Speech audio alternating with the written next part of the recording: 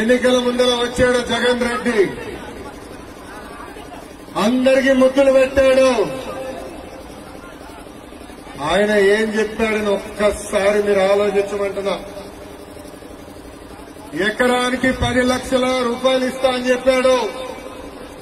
ఇంకొక పక్కన వాళ్ళ తండ్రి రాజశేఖర్ రెడ్డి గారు ముఖ్యమంత్రిగా ఉన్నప్పుడు 1,15,000 రూపాయలు ఒక ఎకరానికి ఇస్తే అది ఏకంగా 5 లక్షలు చేస్తా అన్నాడు.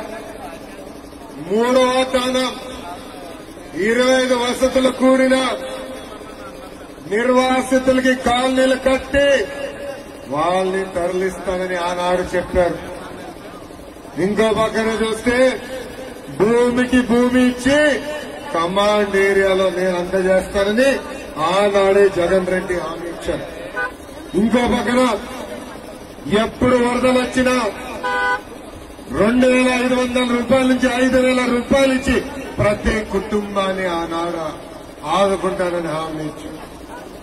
మిమ్మల్ని అందరూ అడుగుతున్నా, ఈ 5 ఒక్క హామీ నిలబెట్టుకున్నాడు అడుగుతున్నా, నిలబెట్టుకున్నాడు?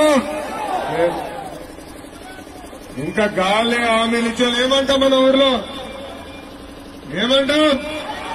గాలిగాడంటాం. గాలి మాటలు చెప్పాడు. తర్వాత వచ్చేది మన ప్రభుత్వం వస్తుందని చెప్తా ఉన్నాం. ఆ ప్రభుత్వం మనందరి ప్రభుత్వంగా ఉంటుంది, ప్రజల ప్రభుత్వంగా ఉంటుంది, పేదవాడి ప్రభుత్వంగా ఉంటుంది అని మాత్రం ఖచ్చితంగా చెప్తా ఉన్నా. అదే 19 లక్షల రూపాయలు ప్రతి ఎకరాకు కూడా వచ్చేట్టుగా చేస్తామని చెప్పి కూడా గట్టిగా చెప్తాం.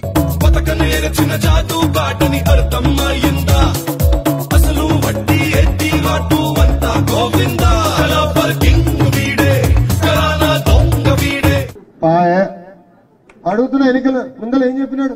పోలవరం ప్రాజెక్టు పూర్తి చేయడమే కాదు, ఆ పోలవరం ప్రాజెక్టుకు సంబంధించిన నిర్వాసితులకు 2013 భూసేకరణ చట్టం కూడా అమలు చేస్తామని చెప్పి కూడా హామీ ఇస్తా ఉన్నాం. అది వస్తున్నాయి, ఇంకా చాలా ఉన్నాయి. ఆ రోజే చెప్పాను 10 లక్షల రూపాయలు చేస్తాము అని చెప్పి కూడా ఆ రోజే చెప్పాం. ఇచ్చినాడా? ఒకరిగారు ఇచ్చినాడా? లేదు. అది మళ్ళీ ఇంకో పక్కన అన్నాడు భూమికి భూమి, ఇంకో పెద్ద పదం వాడాడు, కమాండ్ ఏరియాలో ఇస్తాడన్నాడు. భూమికి భూమి ఇచ్చే కార్యక్రమం ప్రాజెక్టు కమాండ్ ఏరియాలోనే ఖచ్చితంగా ఇచ్చే కార్యక్రమం జరిగించాలి. ప్రాజెక్టు కమాండ్ ఏరియాలోనే ఖచ్చితంగా ఇచ్చే కార్యక్రమం జరిగించాలి. గాలిగాడు గాలిలో వచ్చాడు, గాలితో కొట్టుకుపోతాడు.